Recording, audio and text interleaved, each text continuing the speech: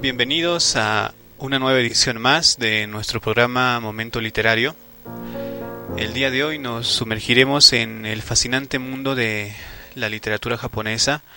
Como prometimos la semana pasada, esta semana vamos a viajar a Japón y vamos a hablar un poco sobre literatura japonesa, ¿no? Esta y la siguiente semana vamos a estar hablando sobre dos autores y dos libros japoneses contemporáneos. En esta ocasión vamos a hablar sobre la autora Mieko Kawakami y su novela Hiben. Bueno, prepárense para adentrarse en una historia llena de profundidad emocional y reflexiones sobre la sociedad moderna. Bueno, Hiben es una obra que nos lleva a través de las vidas de dos personajes, un niño llamado Kojima y una niña sin nombre, quienes luchan por encontrar su lugar en el mundo, marcado por la discriminación, el acoso y la soledad. Kawakami nos sumerge en la mente de estos jóvenes, revelando sus pensamientos más íntimos y sus complejas relaciones con el entorno que los rodea. Para comprender mejor el impacto de esta obra de Hiben en la literatura, bueno, en esta ocasión nos acompañan dos grandes amigos del club de lectura, que son Freddy, nuestro presidente de club, de hecho. Buenos días, Freddy, ¿qué tal? Buenos días a todos los radioyentes. Sí, vamos a sumergirnos en un autor que estoy descubriendo poco a poco y vamos a meternos en sus pensamientos y cómo transmite, ¿no? En esta obra plasma la realidad. Sí, feliz de verte de nuevo, Freddy. Creo que no nos encontrábamos en la radio desde hace ya bastante tiempo. Y bueno, tenemos aquí también a una compañera que quizás ustedes ya la deben de conocer. Hemos estado en varios programas, pero también después de mucho tiempo estamos nuevamente retomando el programa con nuestra compañera, ¿no? Marimar, en este caso. Buenos días. Hola Denilson, hola a todos. Sí, muy agradecida de estar aquí. Espero que podamos tener una hora agradable. Sí, bueno, antes de pasar a la biografía de Mieko Kawakami y antes de pasar también a lo que es la obra en sí, quería hacerles, una pregunta sobre cuáles fueron sus primeras sensaciones al leer la primera parte del libro, ¿no? La primera parte, por ejemplo, quería hacer una pregunta. ¿Podrían compartir con nuestros oyentes la opinión sobre Hiben, la obra, y qué relevancia esa tendría en nuestro mundo actual? Empezamos con Marimar, ¿sí? Uy, sí. Al inicio, cuando empecé a leerlo, me remontó mucho a esta cultura japonesa, ¿no? Que está. Y para los que quizá comparten conmigo y los que vemos anime, lo vamos a entender. Cuando empiezas a leer, se nota mucho esto de que no es de acá, no es aquí, las descripciones que dan, no es de acá cerca o de alguien que habla en español. Es muy lejano, es muy diferente a todo lo que vivimos aquí. Así que yo sentí bastante eso, de que no estaba leyendo algo que estaba muy lejos. Pero todo el tema que trata no es tan lejano. Sí, Freddy, ¿nos puedes compartir tus primeras impresiones de la obra en esta ocasión? Un poquito conociendo a su obra de Hiben, de autora Meiko. La primera impresión fue el contacto que tuvo primeramente con Murakami, ¿no?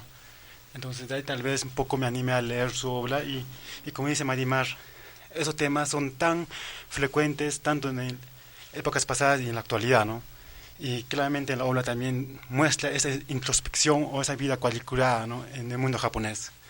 Entonces mi primera impresión en ese sentido fue de cómo la autora transmite otra perspectiva, ¿no? Desde la introversión, desde la persona, desde sus propios pensamientos incluso, tanto de los personajes. Y yo creo que este tema va a ser muy amplio para hablar y también debatible. Sí, sí, amigo Freddy, en esta ocasión nos ha tocado, bueno, hablar de una obra que sobre sí misma trata bastantes temas, ¿no? Bastantes temas universales, también bastantes temas actuales que creo que más adelante vamos a poder observar, y vamos a poder comentar un poco más de esto, ¿no? Bueno, ya pasando a la biografía de Mieko Kawakami, Ya, Mieko Kawakami nació un 29 de agosto, es una autora mujer, bueno, creo que el nombre ya aduce a que es una mujer, ¿no? Bueno, nace el 29 de agosto de 1976 en el distrito de Hoto, en la prefectura de Osaka, Japón. Eh, y bueno, los estudios que ella hace en la primaria fueron en la escuela municipal de Sumire de Osaka. Y la secundaria, esta la lleva en la secundaria municipal de Sumire, que está en la misma ciudad. Posteriormente estudia diseño en la escuela secundaria municipal de Kohei. Y bueno, cuando ya es mayor y llega a graduarse, trabaja a tiempo completo en una librería durante el día, en un club de Kitashinchi, que es como camarera. Ella empieza trabajando como camarera por la noche para poder ayudar a su hermano menor y para que éste pueda estudiar en la universidad, ¿no? En el año de 1996, Mieko Kawakami ingresa al departamento de filosofía del curso por correspondencia del Departamento de Humanidades y Ciencias de la Universidad de Nihon. Mieko Kawakami también tiene su historia como artista. Ella también es cantante y durante el 2002 debutó como vocalista bajo el nombre de Mieko Kawakami, su mismo nombre, en la compañía de Victor Entertainment. Y bueno, tiene algunos álbumes de música que bueno, obviamente esos álbumes de música son muy ajenos a nosotros, ¿no? Porque están al otro lado del mundo. Pero más que nada nosotros queríamos retratar y hablar sobre su vida como escritora. En noviembre del año de 2006 publica el ensayo que se domina La cabeza de Sor es grande y el mundo puede entrar fácilmente.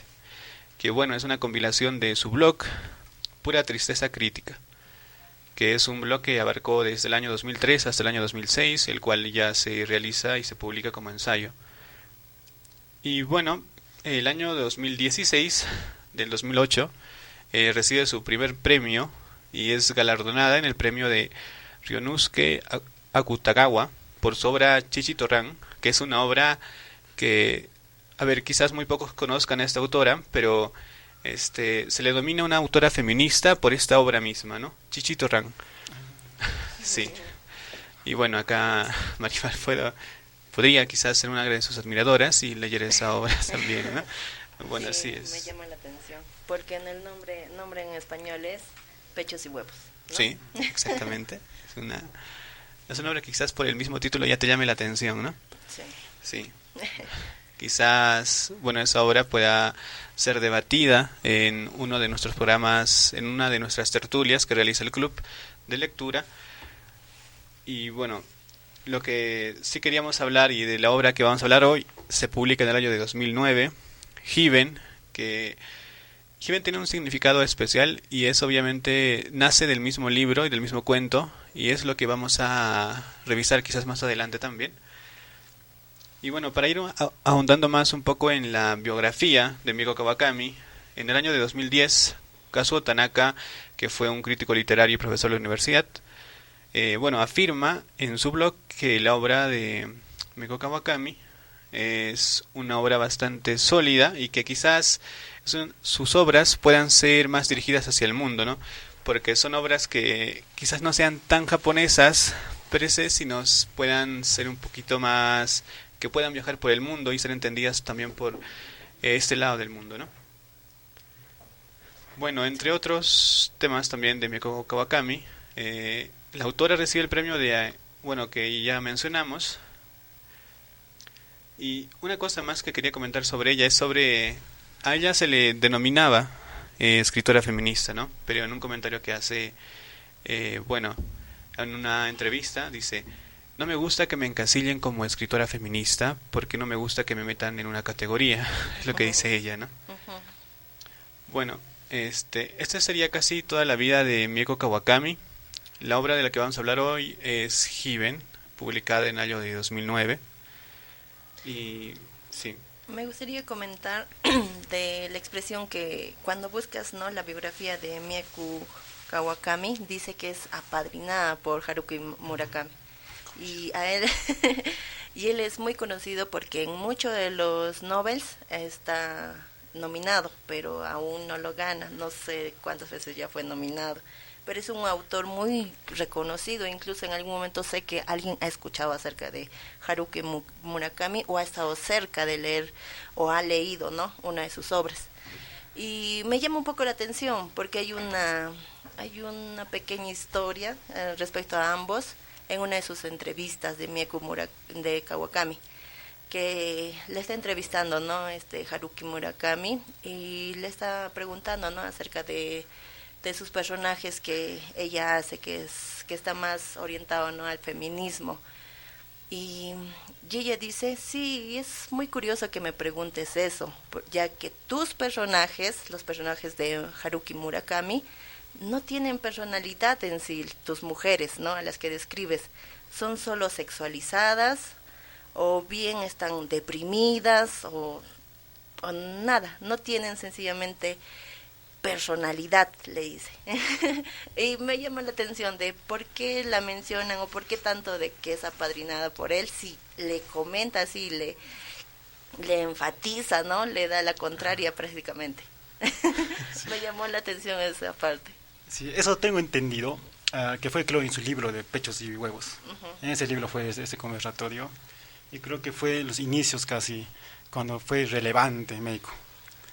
Y fue solo una breve intercambio de opiniones, ¿no? Y yo hasta tengo entendido, según los artistas que he leído, esa conversación no fue tan agresiva como se cuenta, ¿sí? Fue una canción en intercambio, pero sin cómoda, creo, para Murakami. Sí. Sí, pero al final creo que, actualmente investigando, creo que tienen una buena relación Meiko y Murakami. Sí, le siguen llamando que es apadrinada, aunque creo que no es necesario esa parte, porque creo que ella por sí misma sencillamente ya... Creo que Murakami lo que apadrina en sí es la obra de Pechos y Huevos. Ya, de razón. Y entonces el populismo dice, no, apadrina a México. Sí. Sí, qué interesante. Buena anécdota ahí. Sí. Bueno, ya. Pasamos a la obra en sí, Hiven, 2009. Bueno, vamos a hablar un poco de la obra de Kawakami, casi digo Murakami otra vez, ya me confundieron. Un poco confuso. Sí, siempre. suenan igual los nombres. Bueno, Hiven es una novela escrita por Mieko Kawakami, la cual nos permite ver cómo puede desarrollarse en Japón el acoso escolar en una escuela secundaria en la década de 1990. A lo largo de la obra, la autora busca retomar la cuestión del bien o el mal. La historia nos narra las experiencias y vivencias de un narrador sin nombre, de 14 años, el cual conoceremos como Visco, quien es víctima de burlas y abusos por parte de sus compañeros por tener estrabismo. La única persona que conoce su situación y es capaz de entenderlo es su compañera Kojima, quien también es víctima de humillaciones y burlas. De esta manera, ambos personajes empiezan a brindarse apoyo mutuo al entablar una amistad. El libro nos permite vislumbrar la crueldad que deben vivir las personas que son víctimas de abuso. Esto en Japón, al bullying o el acoso escolar, que también en Japón se le conoce como ijime. Sus antecedentes se pueden encontrar dentro de la sociedad japonesa durante la posguerra, donde el acoso basado en la ley del fuerte era algo común, por lo que la sociedad no prestaba la suficiente atención para brindar un apoyo o solución a las víctimas, pues se tenía la idea de que cada quien era el responsable de defenderse. Este fenómeno es uno de los mayores problemas que tiene la sociedad japonesa. En 2019 se registró un total de 612.496 casos reportados de acoso, de los cuales 10 terminaron en suicidio. A lo largo de esta obra podemos ver todas las situaciones a las que se va a ver sometido el protagonista, como verse obligado a comer tiza, ser encerrado en un casillero o ser utilizado como balón para poder jugar fútbol humano. El joven de 14 años cree que merece ser el objetivo de los abusos simplemente por su apariencia física, especialmente al darse cuenta de que la única persona que veía su sufrimiento era su compañera Kojima, ya que al ser ambos víctimas podían ofrecerse un apoyo mutuo, ya que el resto de las personas preferían participar en las burlas o humillaciones o simplemente ignoraban todas aquellas señales. Bueno, esto es una breve enmarcación de lo que trata la obra de Hiven, ¿no? Es una obra cruda, bastante realista para el lado de Japón, y estoy seguro que para este lado del mundo, incluso para el entorno peruano, es bastante ya común lidiar con el bullying o lidiar con el acoso escolar, ¿no? Sí, es algo que cada vez se está escuchando más y lamentablemente no está aminorando, no está aumentando más. Personalmente no entiendo qué nos está pasando. Cómo los niños, porque esto más está sucediendo en las escuelas, en los colegios, cómo los niños adolescentes pueden hacerse eso entre ellos. Y en tu resumen, Denilson, faltó el final, que en verdad es fuerte, es muy fuerte. Como Kojima, yo lo sentí así, llegó a un punto tan suficiente, ¿no? Ya estoy cansada, ya nada es suficiente, ya nada sirve. Así que sencillamente llego a la degradación y con esto que se acabe. Y ay, no sé ni siquiera cómo podría explicar cómo termina esto. En verdad es fuerte esto. Así, complementando un poco más sobre el tema central de esta obra, ¿no? Que es el bullying y el acoso, más que todo en el ámbito escolar. No solo vemos físicamente, ¿no? También lo vemos en las redes, en los últimos casos, noticias que pasaron también, ¿no? Esta cosa creo que en la actualidad se va mucho más de nuestras manos, ¿no? Y creo que esta obra es un punto de reflexión para comprender. A veces nos hacemos la vista gorda con ciertos aspectos, ¿no? Como ciudadanos. Somos simples espectadores. Uh-huh. Y no sé de qué, sencillamente. Esto me hizo recordar un poco justo también no sé si fue coincidencia, esta semana estaba leyendo esta obra y la semana anterior estaba viendo una serie muy recomendada, es El juego de la pirámide, donde te habla un poco de esto, y algo que, perdón. Sigue, continúa. Sí, y algo que también es importante en este resumen y lo que nos habla esto, es del que hace el daño, no el bully, el que está acosando, ¿no? A nuestro protagonista, que cuando el protagonista le pregunta de ¿por qué me haces esto? Y esto es algo que me sacó de mis casillas, no sé, no sé cómo ustedes reaccionan ante eso. Él le dijo, porque puedo. Sí, ¿no? en resumen le dijo eso. ¿O no? Sí. No sé siempre, no sé qué está pasando. Y eso me hizo pensar un poco de esta serie que le estaba comentando, y que la que ocasionaba todo este daño, ella se basaba en esta escala social, que es, ¿no? El que tiene más poder está arriba, y los que sufren todo el daño o todo lo que el que está arriba tiene los beneficios, los sufren los que están más abajo, ¿no? Ella catalogaba entre los rangos de la A a la F. El A tiene el derecho de hacerle daño a la F, así. Y me gustaría recomendarlo porque complementa mucho a lo que está aquí. Y como les contaba, la que organizó toda esta pirámide, ella también era eso, ¿no? De ¿por qué haces esto? Porque puedo y tengo el poder, porque era la hija del dueño del colegio. Uh-huh. The Glory. Bueno. The Glory es otro, sí. Sí. Es muy bueno, aunque hay drama muy bueno. Sí.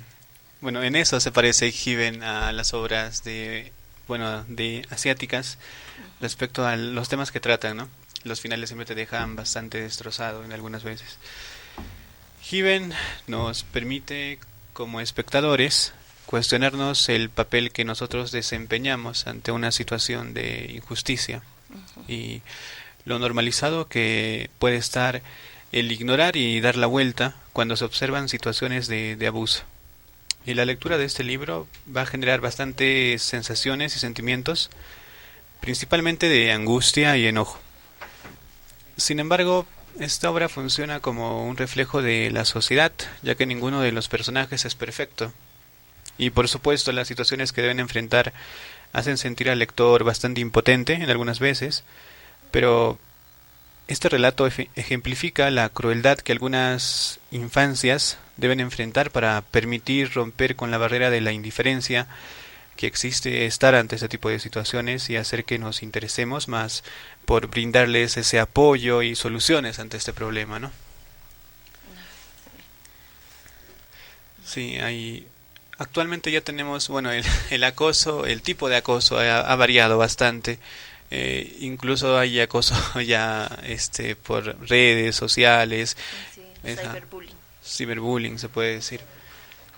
Sí, Y, uy, sí, eso en vez de aminorarse está evolucionando como una bacteria, sí, es un como virus. que creo que en muchas situaciones hacemos simplemente nos volteamos y decimos, ah, no, no pasó nada y está ahí, ¿no? Ujú, Y en este caso, bueno, esta obra sirve un poquito para ejemplificar esto y poder hacer un poquito darnos cuenta de qué es lo que podemos hacer y entender un poco más sobre cómo es que funciona quizás el ámbito escolar. Bueno, nosotros somos jóvenes todavía, no somos muy mayores, bueno, pero yo sí quería hacer una recomendación sobre este libro. Es que quizás si es que hay alguien, un docente que nos esté escuchando, pueda proponer este libro para la literatura para jóvenes, para adolescentes más que nada, para que así puedan entender, incluso para los padres, y así entiendan un poco sobre quizás cómo funciona el acoso escolar, ¿no? Esta es más que nada una obra ya más universal, abordando este tema más que nada del bullying. sí. Sí, como dices, creo que sí deberían leerlo más los estudiantes y se sentirían como conectado con los personajes porque como Mieko Kawakami describe los personajes a los jóvenes es muy, sí, muy real. En verdad yo a esta edad no, pero cuando era joven me sentía así, tal cual ella lo describe. Lo describe tan real, en serio, que te sientes así empatizado, empatizas con estos dos personajes y te frustra en verdad todo lo que pasa. No, no, sí, no. No entiendo cómo han sobrevivido, cómo han soportado tanto, porque al nivel, hay en la escena de la pelota que se mencionó en el resumen, me pareció tan fuerte, no sé, ni siquiera sé si debería describirlo o me funa. No, sí, esas partes en donde Ujú, eso es cierto, en la obra cuando se está haciendo estas acciones lo describen de manera tan real ujú, que dices, te sientes impotente porque no estás ahí. Y quizás a veces incluso quieres pasar de la lectura y porque es muy muy crudo lo que estás leyendo. sí, saltarte eso. Sí, bueno, vamos a pasar a nuestro corte comercial para seguir hablando de Given, ¿no? Sol de los Andes.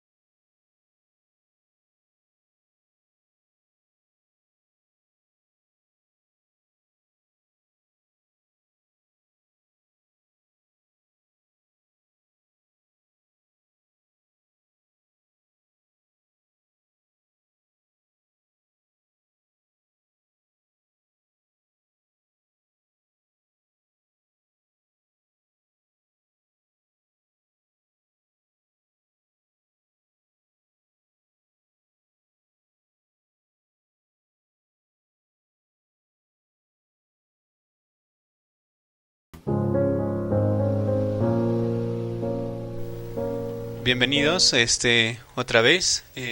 Bueno, continuamos con Given de Mieko Kawakami.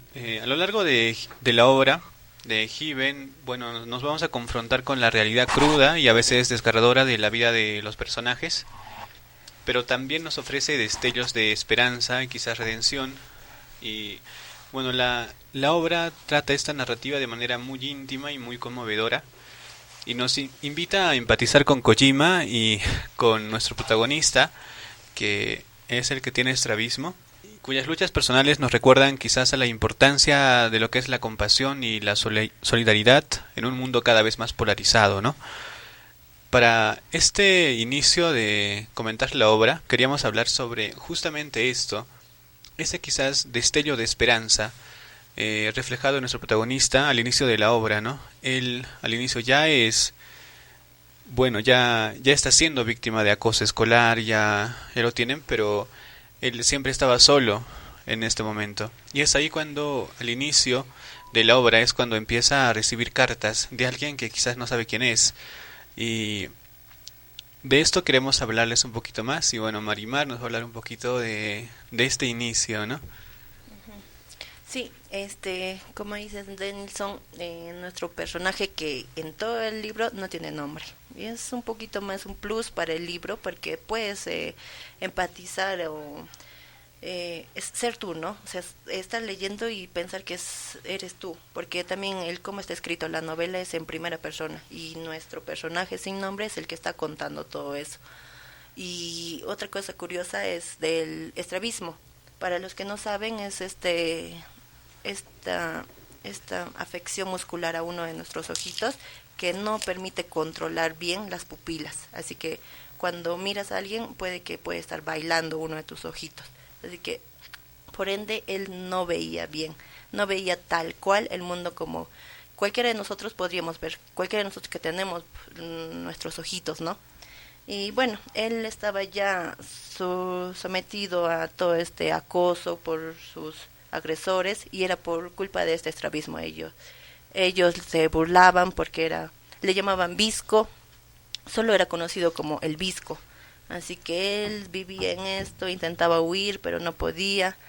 Y bueno, tenía que seguir. Y por alguna razón tampoco quería decirlo, no quería contarle a su mamá o a los profesores, ¿no? Que en primer lugar, jóvenes, niños que nos estén escuchando, por favor, tienen que contarle a los adultos. Contarle a alguien de confianza, ¿no? Que estás pasando todo esto. Y un día casual llega una cartita donde le escriben que ambos somos iguales, te pareces a mí. Y él investigando se encuentra de que hay una niña también de edad de él que está sufriendo también bullying. Y es ella, esta niña, la que le está escribiendo estas cartitas. ¿Y por qué se parecen? Por lo mismo. A ella también se burlan porque ella tiene descuido en su imagen porque anda con ropa sucia. Y bueno, más adelante sabemos por qué lo es. Aunque lo debería contar, ¿no? De una vez. Sí. Es porque quiere empatizar con su papá, que no tenía mucho dinero, así que él mismo se empezó a descuidar en su imagen. Vestía con sus zapatos viejitos, su ropa sucia, así que ella dijo, esta va a ser mi personalidad, voy a caminar así. Así que andaba así con su cabello sucio y ante ello todas las otras niñas se burlaban. Y hay una cosa curiosa también en esto que vi, que el bullying en género también se diferencia bastante. Tanto para nuestro personaje que cuenta, el bullying era más físico, lo golpeaban bastante. Y a ella era más como molestarle con insultos, así. Llegaban un poco al físico, pero no era tan fuerte como con el niño, ¿no? Y bueno, obviamente creo que sabemos por qué. La diferencia de ambos géneros siempre es notable. Y bueno, ahí empieza su luz de esperanza, porque empiezan a conversar más y encuentra este refugio en la amistad entre ambos, hasta que ella le lleva a su lugar preferido, que es el museo. Sí, es una parte del libro, es el inicio y ahí podemos ver esos destellos de esperanza, ¿no? Sí. Complementando un poco de las cartas, creo que hay una clara ahí para mi perspectiva, una metáfora, ¿no? Una metáfora de dos personas que se encuentran en el primer contacto, usando entre comillas, decir, un idioma no hablada, pero escrita, ¿no? Que para mí demuestra tal vez ese temor, ese secreto íntimo que uno puede construir, ¿no? Como escapándose de este mundo. Algo así yo lo interpreto. Y el museo creo que fue un punto plus para conectar esta relación, porque inicialmente hablamos que Heaven simplifica literalmente paraíso, ¿no? Y el museo tal vez es ese escape del arte a otros mundos.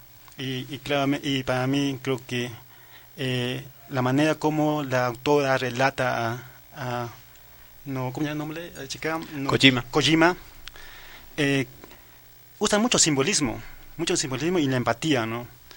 Según Kojima mismo representa el simbolismo, ella misma dice, ¿no? Todo es simbólico en su vida.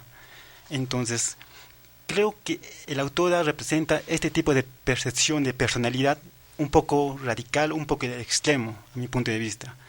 Porque el simbolismo netamente lo lleva literal, como dicen, ¿no? Si mi padre es pobre, entonces literalmente se viste de una mendiga, entre comillas, ¿no? Se descuida en todos los aspectos. Y eso creo que se ve mucho en muchas realidades, ¿no? Porque en la clase baja, muy baja, digamos, pudiente, no es porque realmente quieren ser y son, ¿no? Y la segunda protagonista es que lo lleva literalmente al extremo, a mi punto de vista. Bueno, eso sería complementar. Sí, es una obra que inicia así. A veces la misma sociedad quizás te enfrenta a eso mismo, ¿no? Y ahora vamos a hablar sobre uno de las partes que son más crudas del texto, y en donde dices cómo me siento, no estoy ahí, poder hacer algo, ¿no? Y este extracto es cuando el protagonista empieza a enfrentar a uno de sus abusadores, en este caso que es Momose. Y vamos a hablar sobre que, bueno, Momose se caracterizaba por ser más tranquilo y más indiferente en comparación con Ninomiya. Ninomiya podríamos decir que era el principal abusador de nuestro protagonista. Cierto. Y bueno, Ninomiya era una persona quizás ejemplar ante todos, pero quizás cometía esto, ¿no? Porque el protagonista decía, él es guapo, es deportista también, y también es muy inteligente. Ay, sí, tienes razón. Sí. Y a veces quizás nosotros solemos darle ese tono de el abusador es el que quizás tiene problemas familiares en casa, ¿no? Bueno, quizás en este momento también tiene problemas familiares a pesar de que en la escuela le vaya todo bien. Podríamos ver que podría ser eso. Especular, pero nada justifica que hagas daño a alguien. Exacto. Sencillamente. Sí. Bueno, ya, en este diálogo que tienen, ya pasando a lo de Momose y nuestro protagonista, este diálogo rompe con la idea que tenía el protagonista. Nuestro protagonista inicialmente decía, es porque soy visco que me están haciendo mal, o sea, que me están maltratando, ¿no? Que me están haciendo esta cosa. Y quien pensaba, bueno, debido a eso existe una razón, ¿no? Para poder ser víctima del abuso. Sin embargo, Momose le demuestra que no existe una verdadera razón por la cual él y su grupo de compañeros han decidido burlarse de él o de Kojima, sino que simplemente sucedió porque ellos lo quisieron. O quizás hay muchos diálogos en los que dice simplemente fue la casualidad. Sí. Vamos a hacerles una lectura sobre esta parte, porque sí es bastante importante y dice esto, ¿no? Y cuando le dice Kojima a nuestro protagonista en la parte de... Antes de pasar brevemente a la lectura, quería preguntarle a Fred si quizás, o Marimar también, si han sido o no sé, qué experiencia hubiesen tenido con con el tema que trata la obra, ¿no? Uy, no. A ver, yo te cuento un poquito cómo se introduce, ¿no? Este diálogo entre Momose y el protagonista, ¿no? Que le llamamos Visco. Creo que eso da fuerza más a ese concepto de que el protagonista piensa de por qué sufre el esclavismo, aumenta más como Kojima lo dice, ¿no? Porque Kojima le da a recalcar, ¿no? Con esa frase que le dice, ¿no? A mí me gustan tus ojos. Entonces, a pesar que el mismo Visco no le agrada, ¿no? Y piensa que es ese síndrome de su bullying, ¿no? Ese es el objeto de su bullying. Pero yo creo que más que Kojima, más que ayudar a Visco, creo que potencia eso más. Ese es mi punto de interpretación. Porque esas palabras, tal vez inocentes y suaves, Visco lo interpreta mal, ¿no? Y por eso es que confronta a Muse, ¿no? Y lo confronta no buscándolo, lo confronta de manera casual en un encuentro. Esa es muy curiosa, ¿no? Y una frase que le dice, ¿no? La típica, ¿por qué me haces eso, ¿no? ¿Te gustaría que alguien te haga igual, no? O sea, es creo que una clásica, ¿no? Una frase que dice, nunca hagas algo que no te gustaría que te hagan a ti. Cierto. Y creo que la respuesta de Muse es bien un poco salido de onda, un poco más crudos, digamos, que lo dicen, ¿no? Yo solo satisfago mis deseos. Sí. Bueno, En serio, y eso sí te saca mucho de onda, como dices. claro, y dependiendo a la edad de... Porque los protagonistas tienen mayormente entre 14 años, Sí, si son no me muy equivoco. jóvenes. Sí. Entonces, a esa edad tal vez buscan experimentar nuevas emociones, ¿no? Porque Mose lo demuestra así, ¿no? O sea, yo hago porque tengo ese deseo. Y si fuera otra persona, igual lo haría, ¿no? Incluso creo que yo interpreté un poco cuando dice, ¿no? Si tú mismo, si el protagonista tuviera la oportunidad de hacer bullying, también lo haría, ¿no? Pero ves que lo corrompe diciéndole que yo no me gusta hacer daño a la gente, ¿no? Entonces ahí le dice, ese es tu problema. Por eso es que te hacen bullying. Porque si tú lo harías, no serías, ¿no? Yo lo hago porque yo puedo y no me hace. Algo así yo lo interpreto, esa parte, ese párrafo de texto. Sí. Bueno, vamos a leer esa parte. Sí. A ver, por Leemos. favor. Sí. Dice, bueno, luego de que Momose le explique un poquito sobre por qué, porque hay un momento en el que el protagonista dice, no, es por mis ojos que me hacen esto, es por esto, ¿no? Y cuando el protagonista empieza diciendo esto, ¿y si me suicidara? ¿Qué crees que te pasaría? Al oír esto, Momose volvió a reírse a carcajadas. Proseguí sin hacer caso de su risa.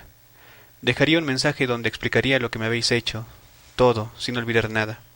Bueno, cuando acabó de reírse al fin, me miró a la cara, un poco de follón si habría, claro, pero ¿y qué? A la edad que tenemos, nada se considera crimen. Sea lo que sea, y una cosa así enseguida se olvidaría. Lo del maltrato es algo ambiguo, ¿sabes? Algo así depende mucho de la interpretación que le des. ¿Y tú no te sientes culpable nunca? Le pregunté con voz apagada. ¿Culpable? No por lo que haces cuando estás con Ninomiya y los otros, por algo que hayas hecho cuando estabas solo.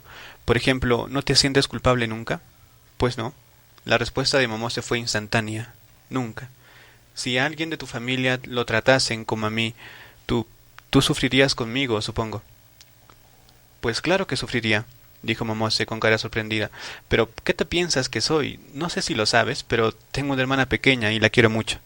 Jamás permitiría que a ella le pasara nada parecido. Entonces, ¿por qué crees que una persona ajena puede aguantar lo que ni tú ni nadie cercano a ti podríais soportar que os hicieran? Es que no tiene nada que ver una cosa con la otra. ¿Qué significa eso de que yo no pueda hacer a un extraño lo que no querría que le hicieran a mi hermana pequeña? Momose me estaba mirando fijamente con los ojos muy abiertos. Eres tú quien se ha de proteger a sí mismo, eres tú quien ha de evitar que te hagan lo que no aguantas. Creo que es algo muy simple, ¿no? Ya eres mayorcito, y quizá no sea necesario que te lo diga, pero eso de no hagas a los demás lo que no quieres que te hagan a ti, es una trola, una mentira. Fijo, eso no es más que una excusa de mindundis, sin ningún talento ni fuerza, incapaces de pensar, nada por sí mismos ni de tener ninguna iniciativa. Espabila de una vez, lo único que hace todo el mundo es pensar y comportarse como le conviene. Lo único que hacen todos es ir soltando mentiras para que nada les impida actuar según les convenga. ¿O no es así? Todos hacen con toda tranquilidad a los demás lo que odiarían que les hicieran a ellos, ¿o no? El diálogo entre estos dos personajes es así, ¿no? Así de duro. Y prácticamente le explica es porque quizás es tú mismo quien te estás dejando que te hagamos esto. O quizás es por... O él explica también que es por mera casualidad. Así como es una casualidad que él haya nacido, y es una casualidad que ellos dos hayan encontrado en este colegio, y que le hayan hecho eso, bueno, él aboga eso, ¿no? Prácticamente es como ustedes dijeron, es simplemente porque yo puedo hacerlo. Uy, sí, y me haces recordar al inicio, cuando en sus primeras conversaciones con Kojima, entre sus conversaciones, ¿no? Ella reflexiona diciendo, llegará un momento algún día en que lo comprenderemos todo. Seguro que llegará un momento en que incluso los chicos de la clase nos comprenderán. Llegará un día en que todo se arreglará, seguro. Ella tenía ese pensamiento, es por algo, por algo. Y que luego Momose le responda eso, pues, no sé ustedes, pero... Sí, pero o sea, a mi punto de vista hay dos posturas ahí, ¿no? De la chica, no olvido su nombre siempre, Kojima. Yo lo veo muy idealista, sinceramente. Sí. Y de Momosune lo veo muy realista, la verdad. Un claro ejemplo son las empresas, un claro ejemplo son los nightclubs. Los seres humanos somos Sí. tan hipócritas y tan falsos que actuamos según nos convenga, Sí. en acuerdo a la sociedad que pertenecemos. Muchos he escuchado que una persona es muy distinta en su familia y muy distinta fuera de ello. Entonces yo creo que Meiko refleja eso, ¿no? Ese fragmento, ese diálogo con Usuke, creo que es muy realista, pero no es bueno tomarlo como ejemplo, ¿no? A mi punto de vista, pero sí es bueno de reflexionarlo y, Sí. y entender cómo funciona la sociedad actual. Bueno, ese ya no. Sí, sí estuvo muy fuerte ese fragmento. Y bueno, hay que rematarlo diciendo de ¿qué es Heaven, chicos? ¿Qué era Heaven? Con todo lo que este corto, novela, creo que Heaven es eso, ¿no? Lo que dice el mismo libro, el infierno y el paraíso está acá, ¿no? Yo lo repito así. Heaven es lo que tú construyes, lo que tú buscas, ¿no? Ya depende de la concepción de cada uno, si quiere ser una persona, digamos, que no respeta las leyes y los derechos, o si no quiere vivir ese mundo adecuado, donde de acuerdo a sus principios vive. Para mí ese es Heaven, ese es el paraíso. En el libro nos dice que Kojima le lleva, ¿no?, a este museo para conocer Heaven. Y recuerdo que al inicio, cuando entran primera vez al museo, no llegan a la pintura porque había sido una pintura. Y luego el final el final termina con nuestro protagonista operándose el ojo y ya quitándose el estrabismo y luego viendo por primera vez una alameda, ¿no? Y ahí ve todo eso y me hizo pensar, quizá Heaven, como dices, Freddy, quizá Kojima era la pintura, pero ahora Heaven para nuestro protagonista es esa alameda, es esa primera vez con sus ojos sanos, todo lo que ha visto, ¿no? Para él llegó a ser eso, Heaven. Y luego el cambio que va a dar, porque ahí ya no cuenta que sigue. El cambio que va a dar ahora con su ojo sano, que quizá ya no va a haber más burlas, ya no va a haber... Quizá, porque al final la vida es tan cambiante, personas tan cambiantes, así que no sabemos. Sí. ¿Qué es Heaven para ti, Denilson? Heaven, bueno, la traducción es paraíso y yo tengo quizás la misma idea de Freddy en este caso, que es mirar más allá, ¿no? A veces nos vivimos quizás en un mundo de apariencias actualmente y lo que busca y lo que es Heaven para mí es como dices, ¿no? Ves esa primera vista a lo real, a lo que realmente sí está pasando en el mundo y a partir de eso reconocer más lo que nos une a las personas. En este caso quizás un ejemplo de esto es la unión que tienen Kojima y nuestro protagonista, ¿no? La obra es bastante cruda, pero también nos habla de bastantes temas, ¿no? Y quizás no es un tema que aborde que esté escrito en la obra, pero también quería hablar sobre la forma en que cómo puede ser esto de también las sociedades, ¿no? Los tipos de sociedades, los tipos de grupos, los tipos de quizás incluso clubes que se miran entre ellos y a veces aparentan cosas que quizás no son, ¿no? Y también toca esos temas bastante. Incluso de cultura y música, ¿no? Sí. Uh-huh. Y una frase que me gustó mucho de Kojima, no sé, a mí sí me gustó el personaje. Creo que por aquí con Freddy no le ha gustado, ¿no? A mí sí me ha gustado su forma de pensar. Sí. Ella dice, tú, yo, todos, lo único que hacemos es interpretar el mundo según nos conviene. Solo hay combinaciones. Hay algo más simple y es por eso por lo que no tienes más remedio que adquirir fuerza para que los demás no se impongan y te arrastren, quieras o no, hacia sus ideas, sus normas, su propio sistema de valores. Esa fuerza yo no la quiero. Ni quiero que me arrastren, ni tampoco quiero ser arrastrado.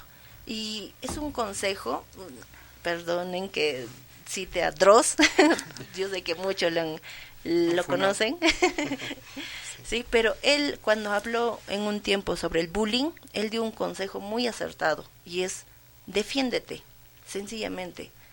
te están molestando, defiéndete, insúltalo, lo que sea, aunque no puedas, no sepas insultos, lo que sea, grítale, pero defiéndete. Y quizá Momose quería decirle eso a nuestro protagonista. Sí. Nosotros te hacemos daños porque sencillamente tú nos dejas, ¿no? Exacto. Y hay una cosa también, que el protagonista quizás estaba muy porque él sí tuvo en un momento un pensamiento de quizás los voy a acusar de lo que me están haciendo. Pero él veía, creo que, la imagen de su padre, y quizás él pensaba en decir, o sea, no puedes ni con eso. Y quizás eso también lo frenaba. La idea que quizás muchos jóvenes quizás tengan sobre el mundo, ¿no? Sobre quizás el padre no estaba ahí, o quizás no le iba a proteger, o quizás iba a pensar eso. Quizás eso también lo frenaba a poder acusarles. Pero al final creo que es como dice Momose, ¿no? Eres tú mismo contra el mundo, quizás es muy cruel esa frase, decir que estás solo, pero a veces vas a encontrar esa pequeña luz de esperanza, en este caso Kojima, que quizás en este momento Kojima, que diga nuestro protagonista, sí encontró ese valor para al menos poder enfrentarse o poder confrontarlos con ideas a los que le hacían el acoso, ¿no? Aunque quizás en este caso por la respuesta le haya ido peor. Bueno, personalmente pienso que es un libro muy recomendado, y yo sé que no hemos dado tantos detalles, y sobre todo del final, de cómo termina. Les di un pequeño atisbo, ¿no?, de que es una escena muy fuerte para mí, y les invito por favor que lean y descubran ustedes mismos de esto, qué es lo que pasa, esta escena en sí, porque como les dije, para mí fue degradación total, y ella estaba tan al límite que ya no le importó nada. Y también Sí, ya.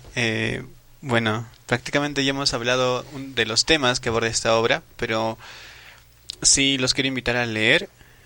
Y bueno, ya nos falta muy poco tiempo para terminar el programa de hoy, pero quería hacer una reflexión final de cada uno de nosotros, Freddy y Marimar, para poder culminar el programa de hoy, ¿no? Reflexiones finales, Marimar y... Lo vuelvo a repetir, como dice Dross, defiéndanse. La vida nos va a dar muchos retos, ¿no?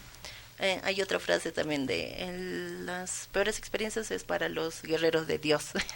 Así que hay que estar preparados, hay que saber defendernos y fortalecer nuestra personalidad a nosotros mismos, porque lamentablemente vamos a tener muchas cosas que pasar. Nada es fácil, chicos, chicas, señores, señoras, nada es fácil. Creo que nuestros adultos, nuestros ya mayores, saben de eso, ¿no? Así que sí, hay que defendernos. Sí, palabras finales de este libro, hermoso libro, entre comillas, porque más allá del libro creo que es un aprendizaje. Yo con este libro aprendí mucho, más que todo de Kojima, ¿no? Sí. Porque para su edad de 14 años, yo creo que fue, según la historia que nos cuenta, es mucho más amplia, ¿no? Porque es su forma de ser. Y lo veo muy centrada de cómo quiere apoyar, ¿no?, al protagonista. Y también se busca su unión propia para fortalecer esa dura realidad que viven ellos. Y como todos acá, tal vez algunos han vivido en su infancia, o otros siguen viviendo, ¿no? Y como dice Marimar, el mejor consejo siempre es no permitir que esto avance más, ¿no? Si eres víctima de bullying, demuestra ese poder tal vez de quererte a ti mismo y valorarte a ti mismo, y nadie permita que rompan esos valores en ti, ¿no? Como lo que pasa a Kojima, ¿no? Así que chicos, Sí. todos los radioyentes siempre estén presentes y luchen. Sí. Concluimos nuestro programa de hoy reflexionando sobre la poderosa resonancia de Hiben, de Mieko Kawakami. Esta obra nos invita a mirar más allá de las apariencias y a reconocer la humanidad compartida que nos une a todos. A través de la prosa magistral de Kawakami, nos recuerda que incluso en los momentos más oscuros siempre hay un rayo de luz que nos guía hacia el cielo.